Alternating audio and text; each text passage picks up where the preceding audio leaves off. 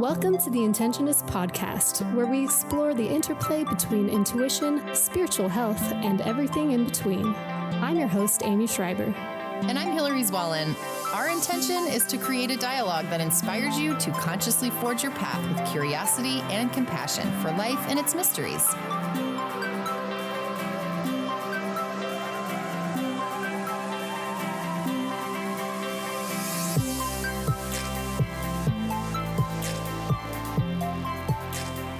Hi everyone, today we have a fantastic episode with breathwork therapist Audrey O'Brien of The Breathing Co., who shares her fascinating story of how moving from the city to a bus in the mountains with her husband and 6 kids transformed her family, and how Kundalini breathing practices healed her body, mind, and marriage. In their conversation, Audrey and Hilary explore ways to build sustainable new lifestyle habits, the concept of labels and disidentifying with the diagnosis, Audrey's 90-minute morning Kundalini practice, and doing breathwork with children. I really loved hearing about Audrey's experiences because I think they illustrate so well the human capacity for healing and resilience, and this idea that we can mindfully choose what to create from the rubble of life when it implodes, as it inevitably does. So I know you guys are going to love it. Before we dive into the interview, a little bit about Audrey. She is a Kundalini-based breathwork and meditation therapist and lifestyle curation coach, living minimal and rural in Woodland, Utah with her lover of 21 years and their 6 kids. You can follow her wild journey through trauma recovery, disease, and lifestyle curation on Instagram at The Breathing Co. Also check out her website, which is also thebreathingco.com. She has a passion for writing and leading others through the rugged wilderness of the ego and pain body to find sustainable healing and happiness. Enjoy the episode. Audrey, you had a thriving floral business, a big house in the city, and 6 great kids, but you also had a crumbling marriage and a rare neuromuscular disease. And so I'm so excited to hear your story of how radical minimalism, and by that I mean living in a bus with your family in a remote mountain town, and discovering how to breathe through Kundalini yoga practices really healed your body and your marriage while simultaneously changing how you approached parenting and viewed family. So let's start with this concept that we discussed before we came on air here, which was the slow nature of cultivating a sustainable, healthy home for the family. Let's talk about that. Thank you so much for having me on. I'm excited to share my story. And thanks for being here. Yes, absolutely. So, I think that cultivation began really with what I term womb curation, of sort of what happens after things fall apart, when there's sort of cataclysmic experiences that occur, and we sort of had our own ground zero happen in our life. And the evaluation of the rubble reveals so much. And from there, we could kind of see what needed to be ejected from our womb, so to speak. And we started shedding organically as we started cleaning up. We were shedding people and places and experiences and things that we didn't want in our life, and we could see contributed to this rupture. And we started bringing in what was working slowly as we identified it and discovered it, and went about sort of creating this womb for us to begin to heal in. And it was drastic out of necessity. It literally felt as though all of those drastic measures were required for us to survive as a couple and a family and individually. Why do you feel like that was the case? Like, first of all, I think it's great that you were saying, like, we had to evaluate the rubble, kind of after the explosion or the implosion or whatever happened with our families, because we all go through these phases in our lives, right? Where things don't turn out like we thought, or things fall apart, and we either choose to examine the rubble or we don't. And then things happen from there. Yeah. I think we both wanted it to work, when we saw things from a very awake place where we could see the trauma for all that it was, we wanted to fix it, to take a look, to find something better. We determined that we weren't surviving at all, really. And to continue forward would require that examination in order to ever feel like we were living. So how did that conversation go? Like, here you are, and like we talked about the sustainability, and it's Yeah. often used in the context of environment, but and this time was kind of where we see nature as a mirror for humanity. So let's talk a little bit about your shift from this 6,000 square foot house in the city, like you said, you knew you needed a change, to living into a remote mountain town in a bus. Like, how did that go? Like, hey, I have an idea. Let's sell everything and move to a bus and settle Right. into a simpler life. Like, how did that happen? Yeah. So I think, the road to perceived success is a box checking infrastructure that defers to the mind instead of the soul, and it lacks the truth of the individual potential. And when we were really awake, we could really see that that wasn't what we wanted. As I kind of mentioned before, we weren't living. And so when we were evaluating that rubble and like the stuff we were shedding or wanted to shed, we began to feel a bit claustrophobic. Like there were people and things and experiences that were irritating and agitating, and we did not want in this raw, new sort of womb-like phase. And so we started to think creatively, like, how do we didn't just have this conversation where we're like, okay, complete lifestyle change. It happened fairly quick. If I look back at it over, 3 to 6 months total that we made these drastic changes, but those conversations happened daily where we were like, yeah, I'm feeling kind of irritated and agitated about this influence or this experience, and it doesn't feel healthy or like a conducive lifestyle to a thriving type experience. So what needs to go? And eventually that came down to our home and our possessions and the city we were living in. And my husband inherited this piece of land when he was a child. When his grandfather died, it was willed to my husband, and we've recreated on this land our whole lives. In fact, the bus that's on this land, his grandfather brought up there and gutted and turned into sort of his family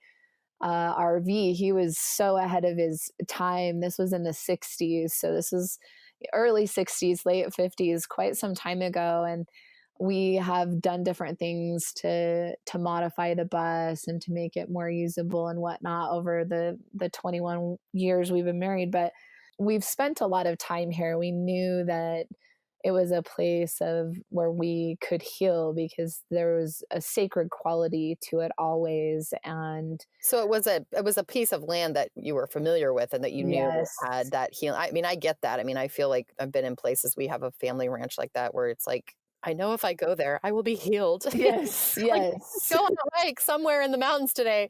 I will feel better about things, Yeah. So it felt really convenient.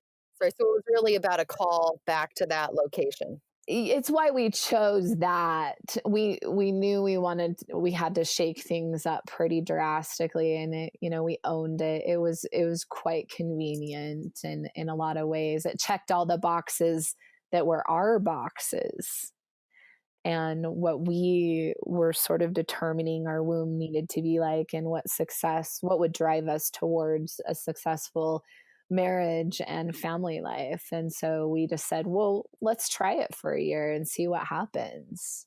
That's great. And so then how did the year move along? It was pretty interesting. So we do have the 6 kids, and we did it right at a time where our oldest adopted son was leaving to embark on a professional career. He had just graduated from college and was really heading out of the nest. And then the next oldest, she didn't want to live in the bus with us. So she bought herself a real big, nice tent and set up a literal home inside this tent.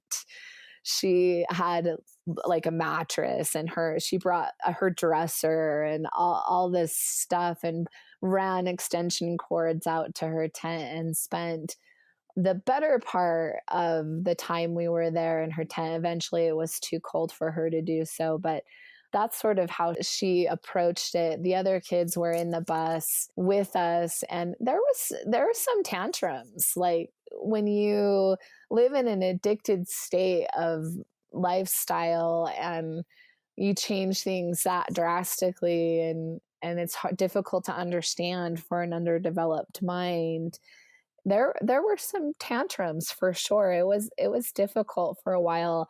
I actually thought I would have the hardest time, just because I was sort of responsible for our home lifestyle, and that it would be really difficult for me to problem solve and to create fluid adjustments and figure out how to sort of live this life. And it ended up being a beautiful experience for me. I didn't struggle at all. Everyone else kind of flipped out, and I remained calm and really rooted and grounded in the earth, and really immersed in the loveliness of the challenge and the experience that we were having. So for me, it was great. I actually cried when we left the bus. I think I was the only person who cried. Everyone else was like, get me to running water. Yes. So how did you do stuff like shower and like, did you guys have to go to the gym or? Yeah. So we have an above ground water tank. So we did have some sense of running water. We would have to fill it every once in a while. And my husband is the ultimate Boy Scout or MacGyver, and he owns a construction company, and he's smart and builds things, and really, really intelligent in the engineering type department. And so he had kind of MacGyvered up a shower in our outhouse and made our outhouse look like it was a real bathroom, even though it wasn't. And so that's how we showered. And then we had just our one sink for all the needs in the kitchen area of our little bus. So that water came from the above ground water source. I did all of my laundry at a laundromat. We had to boil our water to do dishes or anything like that. The shower had kind of a little wall electrical water heater that the water would run through, but the showers were quick. There was never very much hot water, and they didn't happen regularly, like where we're used to showering at least a couple times a week at the very minimum. We went a little further out. My kids are all athletes, so they were showering a lot at practices and at places where they were training and things like that. But I was just showering every couple days in a quick, brisk experience in the outhouse. So then what happened with your, like, how did the change happen? What was the change? So you guys went to a simpler place in life. What did you see blossoming from this experience with your family? What was different?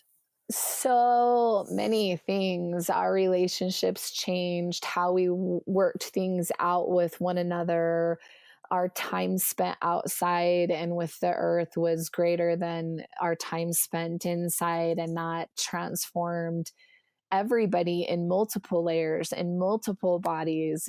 It affected every layer of our beings and our relationships. And at times it was hard. Like, if conflict arises and there's not a lot of space, you either go out and get in the woods, or you face each other. And that was a blessing and a curse at times, but it changed how we were communicating, the time that we were spending with our kids, and the presence in which we all were engaging in our family lifestyle drastically changed.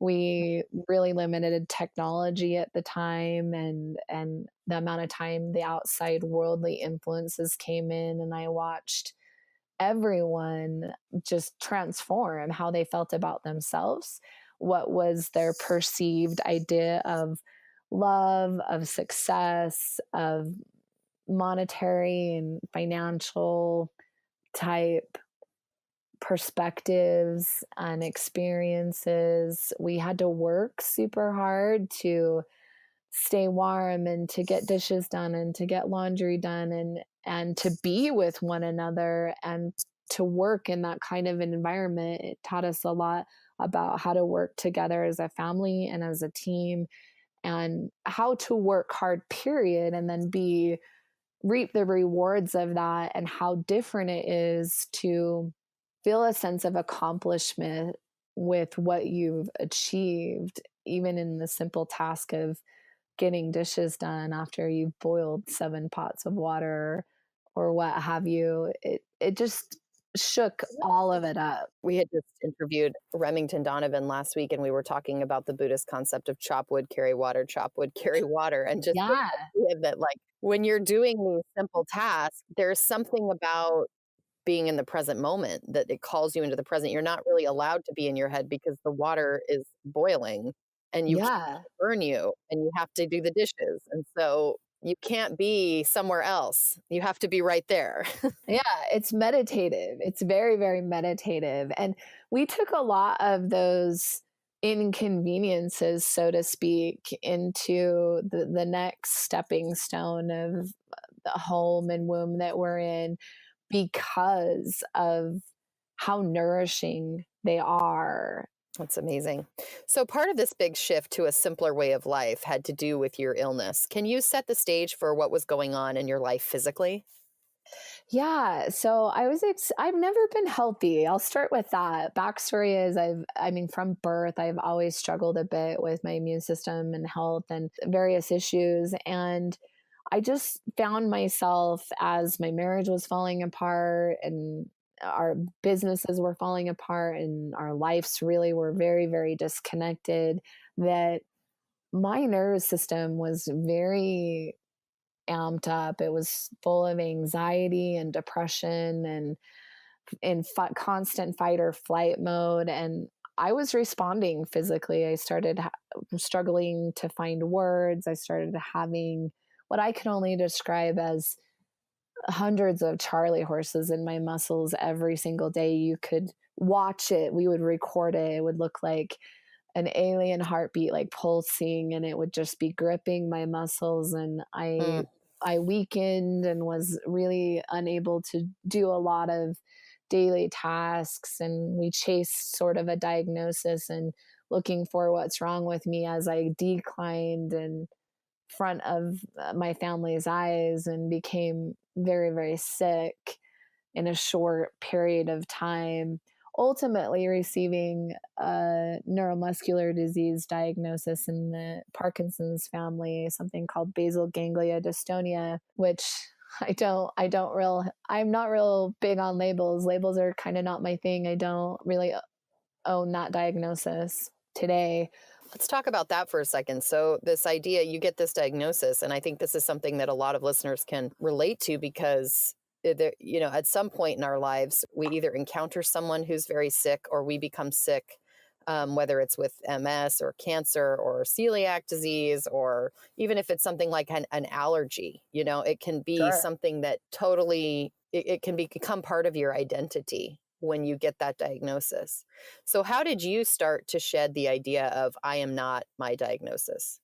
I think that happened after I had been sick for quite a while, and we had been chasing a diagnosis. And I had, in the process of getting a diagnosis, there was a lot of distrust that occurred especially with Western medicine, and a lot of learning and growing. I'm kind of a researcher at heart, kind of a research nerd. And I had been doing a lot of studying and reading and looking and seeking answers. And I was really, really disenchanted. And as much as the diagnosis made sense, the other part of me could see how illness and disease is becoming such a huge epidemic, difficult to diagnose diseases and sleep disorders and mental disorders and all sorts of health crises are occurring right now in the world and in our culture because of thousands of years of an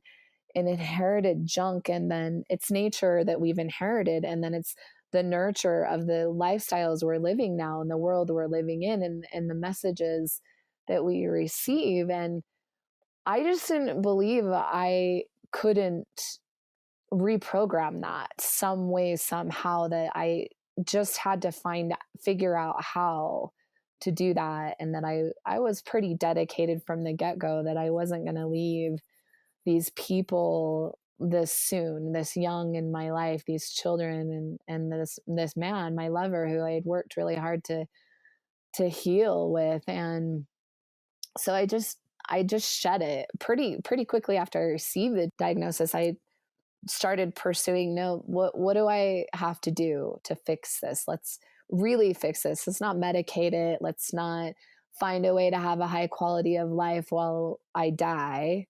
Let's really heal this. And that came from a very intuitive, natural, organic place, but I didn't know what it would look like. It was a step-by-step journey of, okay, I think this is intuitively what's next, and trying that out and building myself into my own physician. So then how did you get from I'm so sick I can barely move, if that's kind of what it was, it sounded like Yes. lots of those Charlie horses, to where you are now? And were those things happening when you were in the 6,000 square foot house in the city, and or was it once you were in the mountains? Those things were happening when we were in the big house in the city. We moved out about 3 months into my personal and individual pursuit of healing, and about 6 months after my diagnosis, and a couple years, from the onset of the actual disease, because it took some time to even figure out really what was happening. Right. Both for me, from a Western medicine standpoint and from an Eastern medicine standpoint. It took quite some time to figure out. But I think the big change came for me when I had been practicing Kundalini for a while, and Kundalini is really heavy in pranayama, or breath work and prana work. And just really quick for our listeners, could you just explain briefly what Kundalini yoga is, if for someone that may have never heard of the term before? Right, which I think a lot of people haven't heard of what Kundalini is. So it's a great question. But I really think Kundalini is the yoga of coming to self, and then connecting with self, then self-acceptance after that, and then self-love, and intuitively connecting really intimately with the body, and learning to use the brilliance of the intelligence that we are as human beings, with the light of a soul inside of it. And it's a complex yoga. It's definitely complex and difficult to learn, and quite deep.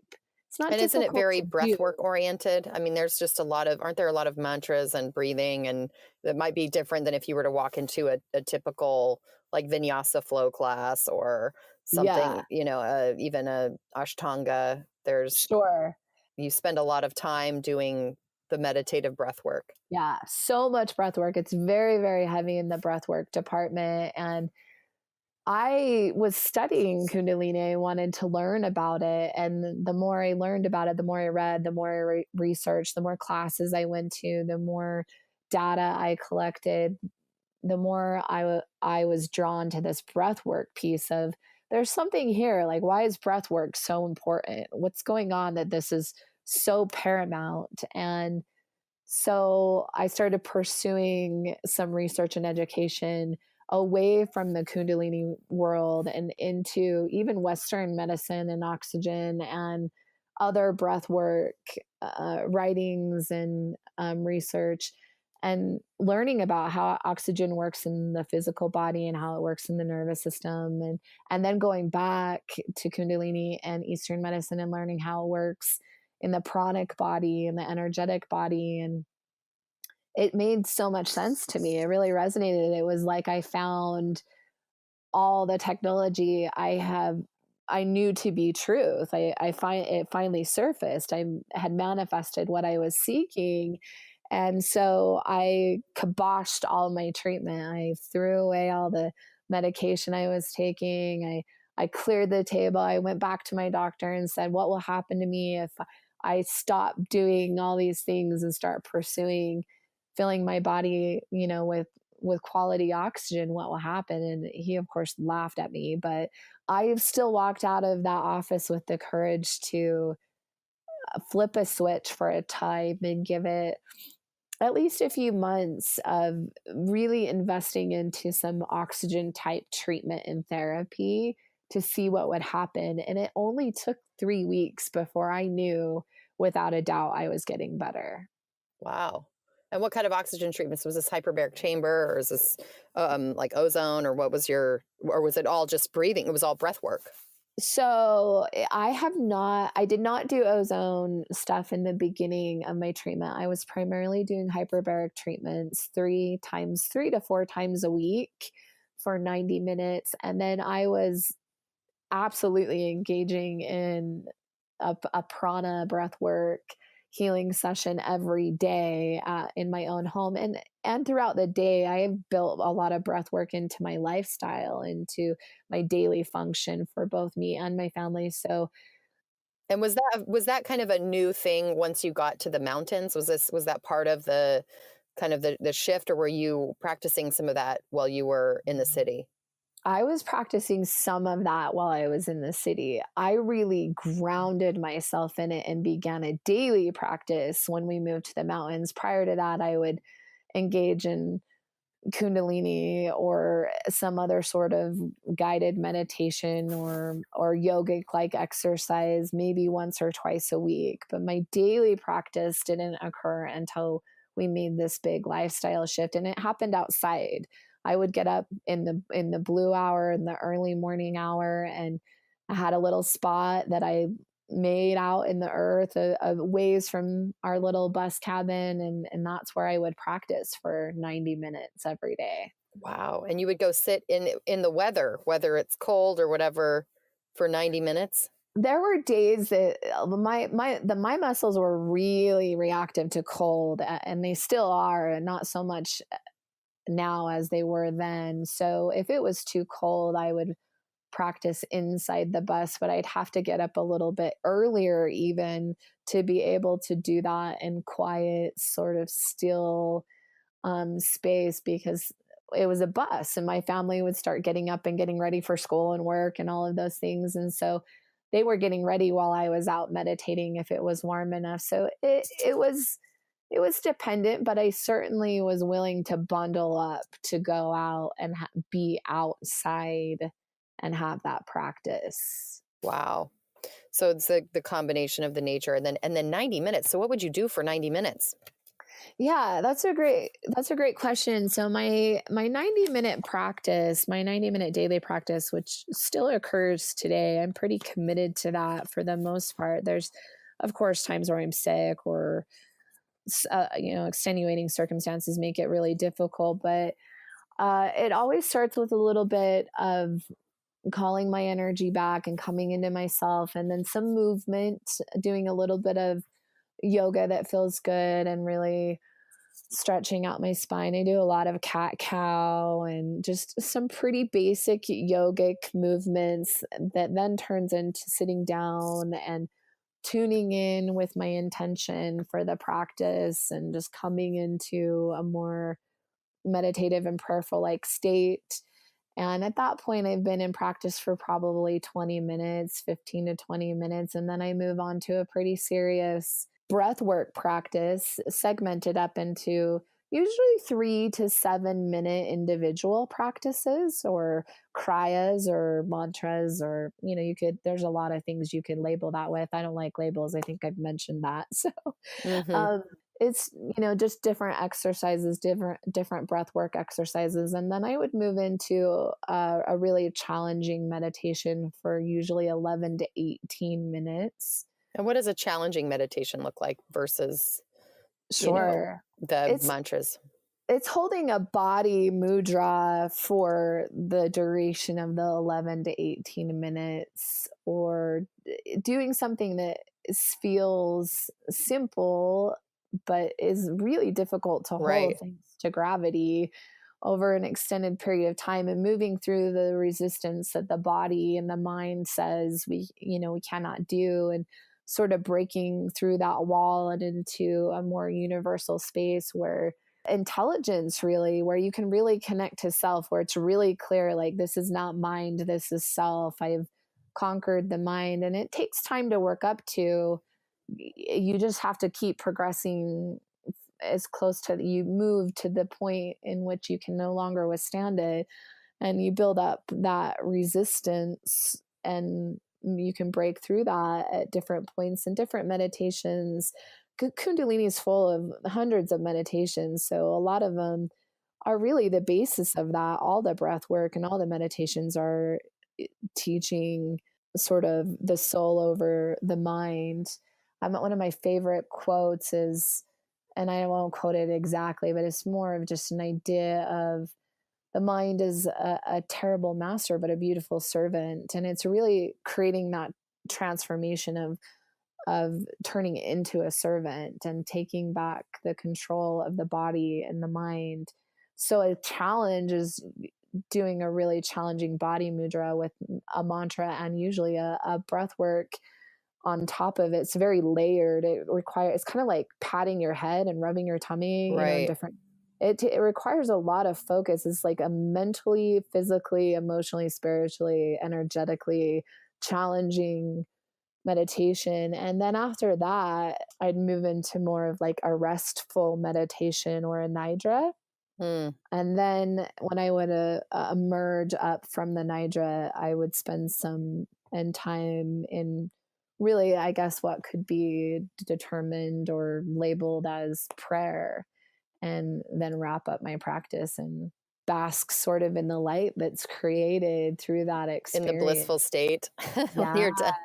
Yeah, I know. Even just hearing you talk about it, I'm like, oh, that sounds so It amazing. feels so damn good. Like, the days I can't get to it, or I don't get to it first thing in the morning, and something happens that interferes with that, and things do. I have 6 kids and a husband, and it's so hard. I can tell my light is so much dimmer when I don't engage in my morning practice on some level. I have to do something, or I can't be connected to self. The mind, I see the mind start to take over pretty quickly.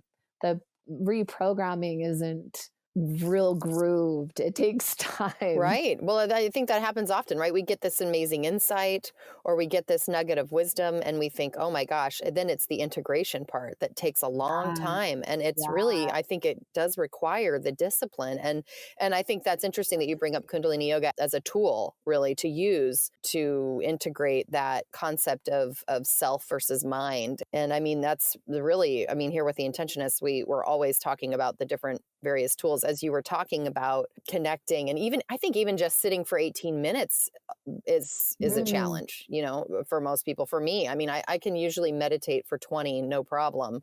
But beyond that, if I'm not doing a yoga, if I'm not doing an asana set or something like that, then it's, I don't think I could do 90 minutes. I'm not to that place yet, but I mean, just hearing you talk about it, it made me think of how we pick up this energetic debris in our energy field, and it just happens on the daily, like just by living our lives, our feelings get hurt. We aren't our best selves. We might be reactive to something, and we carry around that frequency with us. If we aren't conscious about shedding that, then you can see how that can start it accumulates. It can create emotional, mental, physical sickness. So thank you for sharing that. I think it's a really paints a very clear picture of that practice and of what you did to start. And you started seeing change in your own physical body, in your own, obviously your emotional, mental, spiritual, with your family as well. Yeah. In a quick amount of time, I started seeing drastic changes in all of my bodies, and knew I was onto something. And they're subtle, but I still could very clearly sense their power, and knew that things were changing, alchemizing inside of my body, physically and in every energetic and cosmic way you could imagine. It's great. So your business, or your Instagram handle right now, is The Breathing Co. So what kind of tips would you offer to our listeners about how to set up a personal practice? Well, I think it's important to first get an education and figure out I mean, for me, I am a researcher. I need to know why before I do something, and different people have different accountability. This is where Gretchen Rubin, and one of my favorite writers, comes in, and where you can learn about what do you need to be held accountable to a transformative change or implementation of something you feel called to. And for me, I think education is so crucial. Knowing why matters. So maybe not to the extent that I pursue that, but getting a basic education, I think, is the first step. And then it's not feeling like you have to do this crazy long breath work or meditation practice even on the daily, but it's looking at your lifestyle and seeing, well, where can I implement some small changes in the spaces, maybe while you're sitting at stoplights, or for just 3 minutes when you're going to bed or getting up for the day, or where can you, borrow a minute here or there. There is really the place to begin experimenting with breath work and meditation in a way that will result in some sustainability long term, will show you the fruits of that experience and that faith in the, hey, let's try this out and see if this works for me. And then that builds, you become so quickly motivated that you then begin your own practice pretty intuitively and easily. And that obviously isn't going to look like 90 minutes right off the bat. But like you said, I like how you say 3 minutes in the morning, 3 minutes in the evening. Something simple is that's really doable. Like, we all have 3 minutes. Yeah, we all have 3 minutes. And the reality of it is we live in a very addicted culture to not just substances, but to our lifestyles. And there's a lot of anxiety that crops up in people when they're asked to sit and breathe for 3 minutes, even just for 3 minutes. And you want to be careful to not create this whole nervous system haywire situation. You have to introduce your nervous system and change your lifestyle in a sort of courtship type way that's very gradual if the relationship is going to stick and addiction is going to be shed. Okay, I think is a really great time to segue into parenting and kids for a minute, because you've said you've got 6 kids, and the olders are all elite athletes. Yes. You had mentioned to me before, one plays professional football, one is an elite level swimmer, one is an elite level wrestler. And you were just talking about this idea of shedding addiction. And I know when I talk to my friends, and I know this is a fear of my own, about screen time with kids, and short attention spans, and this like my kids, they freak out if they don't we try to limit their device time, but if they don't get it at all, they lose it. And I'm like, this is a problem. Yeah. So can you talk a little bit about how to do breath work with children and what that can look like, especially with children who are all at different ages? I mean, you've got some adult kids, you've got little kids. Can you kind of help us with that? Yeah. I think you integrate it into your lifestyle, like I mentioned you would do kind of in the beginning. And so I integrate it into, this is what breath work we do for 3 minutes before we leave for school. And this is the one that we do when we go to bed. And it becomes part of their routine. And it takes a minute for them to grip onto it, but it's like implementing anything else into a routine into your family. And that is how I introduced breath work initially to them, versus more of a formalized breath work session, so to speak, and teaching them, oh, you're stressed out. Those are the great pockets and moments. Oh, you're feeling this. Well, why don't we take a few minutes to breathe in this way and see how that affects how you're thinking and feeling about what experience you're having, and taking the time to be present with them and then practice the breath work with them. I also have to be okay with just being like the quirky, quacky hippie mom that they sometimes make fun of and roll their eyes at, but that's a given, no matter what kind of mom you are. It doesn't even matter. So it's that. And then, monkey see, monkey do, in that if I respect my practice and they see me in my devotion to my practice and what it does for me as I transform in front of their eyes, it becomes a little bit of a no-brainer. Yeah, I think there's a good point in just modeling. I remember when my kids were little, when they were littler, we'd do like a 1 minute meditation, and I would have them hold a little crystal. And they were little enough that, they'd be looking and kind of falling around, but they were young enough that they were like, "Oh, mom's in here. We're getting an extra minute to do that." And then, we did that for a while, and then it kind of fell off.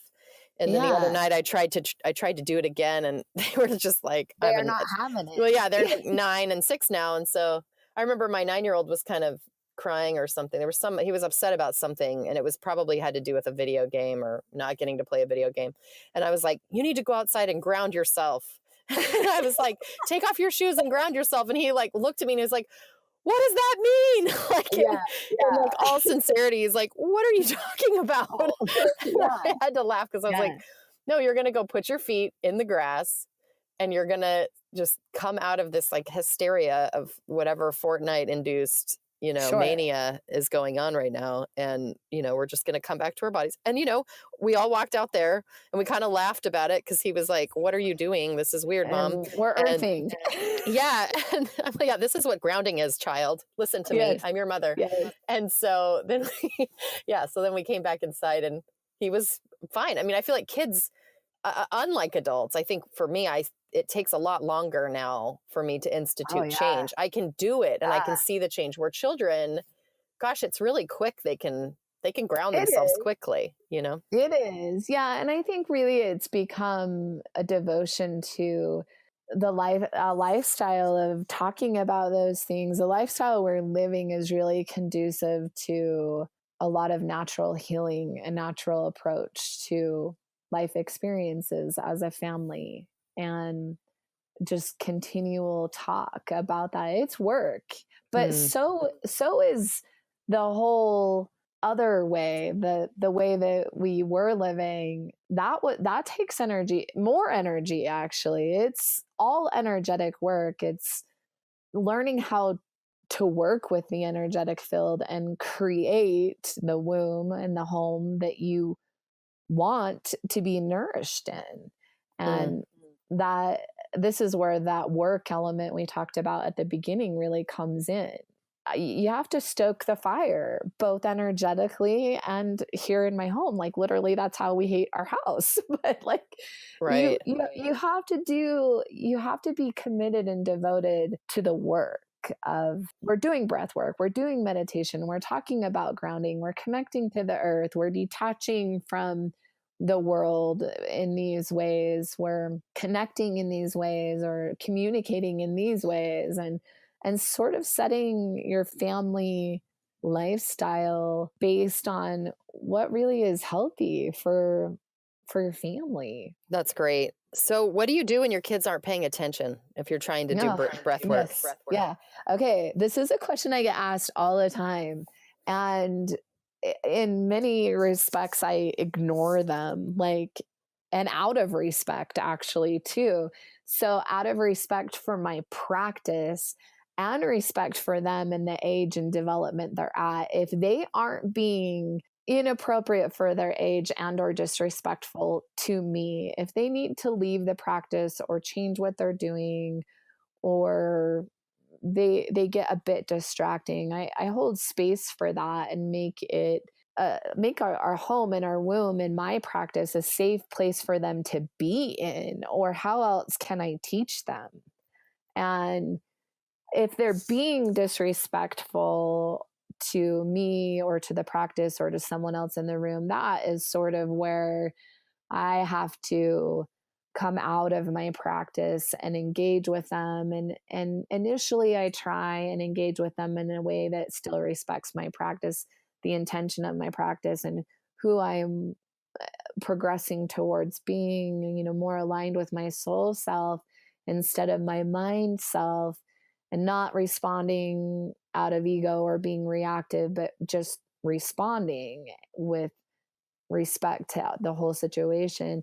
That doesn't always happen, but I'm getting better and better at it. I growl for sure, especially when I'm overwhelmed or overstimulated or haven't received the nourishment that I need. When people are in pain, they get reactive, and I react just like every other human being because I'm in pain sometimes. So I find too, now that my kids are a little older, I'm trying to, without making them responsible for my emotional state, because, I don't think that's great, but also to recognize that, like, I'm a human, and your actions when you behave this way, like, it's like the other day I was like, imagine what it would feel like if you are constantly having to referee fights all the time. And my older son, who's gets it, he was like, yeah, that would be hard. And I'm like, hello, like, welcome to my world. Yes.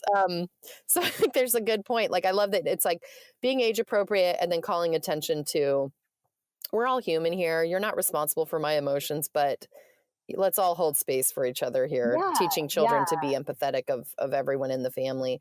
Before we wrap up here, I wanted to just touch base on what services you offer and how people can find you. Yeah, let's talk about that. So I do work with groups. I like to work with groups in a retreat or workshop like setting, just simply because people in those settings are a little bit more ready and prepared to and open to growing through that type of an experience of breath work and meditation. I'll also work with a lot of couples. That's something I'm really passionate about. I've transformed my own marriage into something I never imagined was obtainable, and into something that's just really choreographed and intuitive with one another. And I have a really strong desire to sort of heal the family in the world by helping people heal how they are in relationship with one another. So I love working with couples. I do some private one-to-one clients as well in my office or online. I have a handful of both that are here in Utah and are elsewhere. And then I teach classes in Park City a couple times a month. Well, and I'd like to speak to going to one of your group sessions where it was like we got to sit on this beautiful bridge over this gorgeous stream in this gorgeous meadow.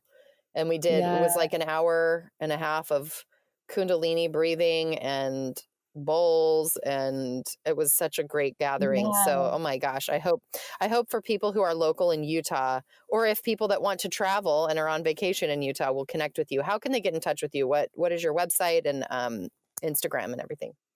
Yeah, so the breathingco.com, super easy. You can find really everything about all my services there and classes that are coming up, and connect with me there. Or you can find me on Facebook and Insta as at The Breathing Co. So just really simple, The Breathing Co.